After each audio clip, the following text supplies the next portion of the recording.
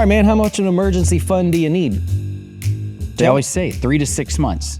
3 to 6 months. How do we come up with that? What's the stats on that? Every time somebody says, oh, you got to have an emergency fund, they go 6 months. I'm like, well, how do you know? Why is it not 5? Why isn't it 6.2? I do think looking at everything, it's a good just general rule of thumb.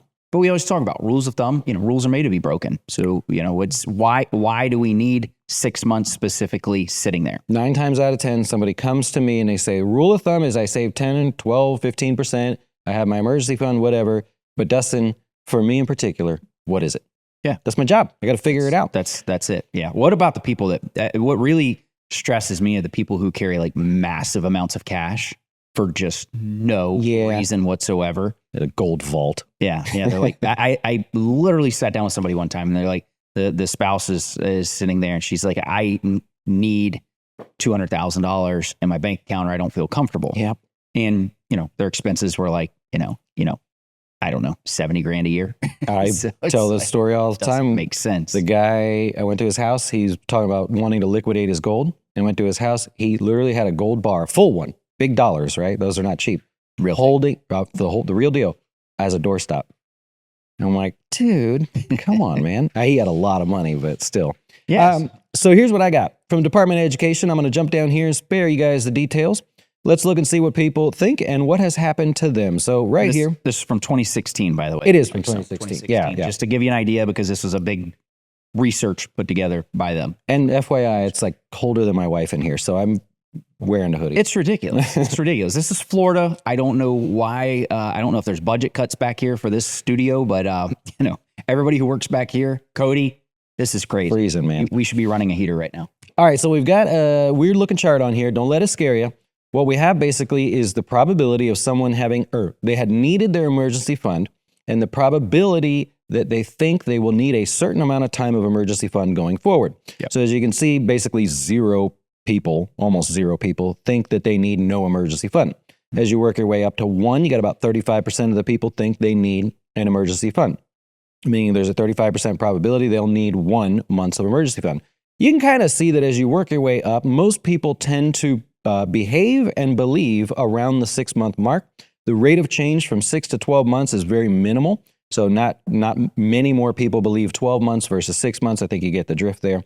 What I find interesting about this is that if we go down towards these tables here, they start to break out the categories, right? Yep. So the mean is, if you have $5,796 in monthly expenditures, people believe 5.5. That's basically 6, right? So most people in that group, that sort of expense level, believes you need about a $25,000 emergency fund. Now, there are some wild differences here. So as you make or spend less, not very much more, less, $4,273, the belief is $6,000, 1.4 months of emergency fund. Yeah. What I find really fascinating is as you spend more, meaning you take on more risk, 7,000, 3 months, 11,000, 9.5 months. And as you get into spending, if you're someone who spends $15,000 a month, that's your expenses. You're probably a little more respectful of that dollar. You're like, I need 18 months.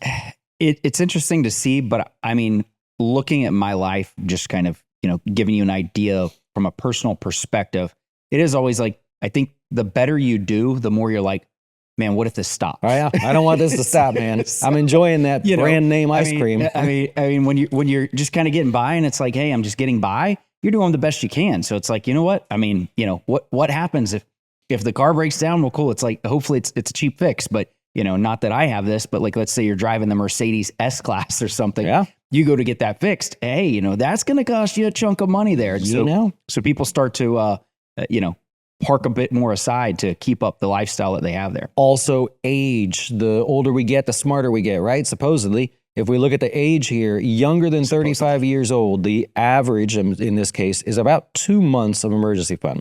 As you start having, more kids and stuff, okay, it goes up a little bit. You get into your 40s and 50s, you've been beaten up quite a bit. You've had those emergencies, and you notice that it goes up as you get older. Someone who's essentially working on being retired still feels like they need that much in emergency funds. Fascinating. There's that side of it, and also just the idea that, the older you get, generally, the more conservative you become. Yeah, you bought everything. Part of that's you're told that too. Hey, be more conservative in the retirement years. And again, case by case basis. Some people we could say, hey, you don't really need to take much risk. Other people we look and we say, you better step it up. Well, I'll tell you I always say keep your dough straight. DOHSTR 8. The S in dough straight stands for strategic dollars, right? That's where we start to get a little bit more detailed. And inside of that, I like to say some of your emergency fund may be sacrificial. Some of your dollars may be sacrificial, and meaning that some will be efficient and they'll be yielding more than inflation, hopefully a lot more than that. And some will be inefficient, where our only goal is just to beat inflation. We don't want to lose. We realize it's just kind of sitting there, but as long as we're not losing to inflation, we'll be inefficient with those dollars to meet what your probability is of an emergency. Yeah. And so laying that out though, right this second, good places to park your money for an emergency reserve.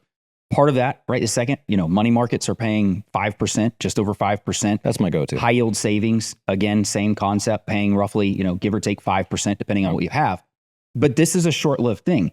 So then where should you be parking money and how much of it? What's your breakdown? I know it's kind of it's a case-by-case basis. Yep.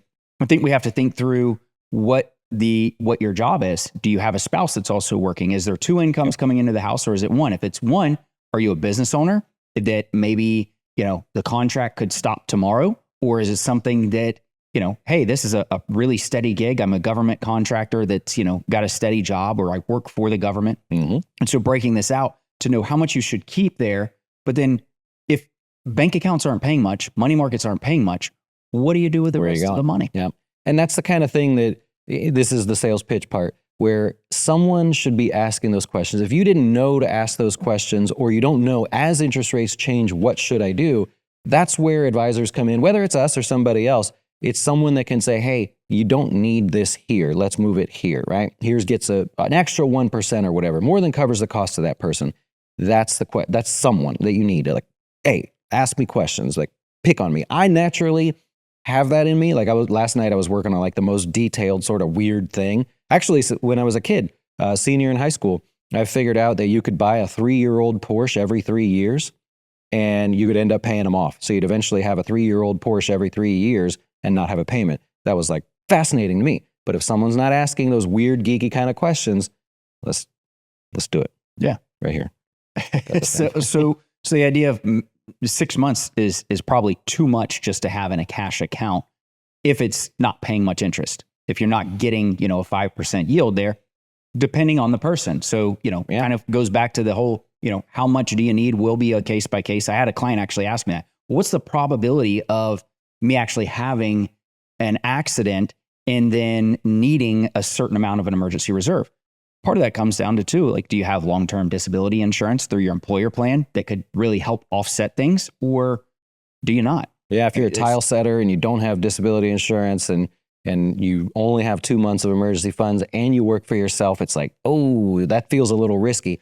But instead of guessing, we could do this. We can actually go to the insurance rolls and see what are the probabilities of them betting on you to not have that accident. We take the inverse of that and figure out exactly what it is. Yeah. Then you put some of the money into the market, and let some of this money eventually work for you for the ability to grow long-term.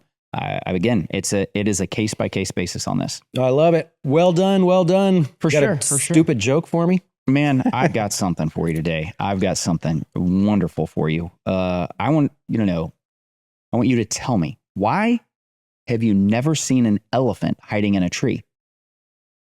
Something about the trunk. Because they're so good at it. Okay.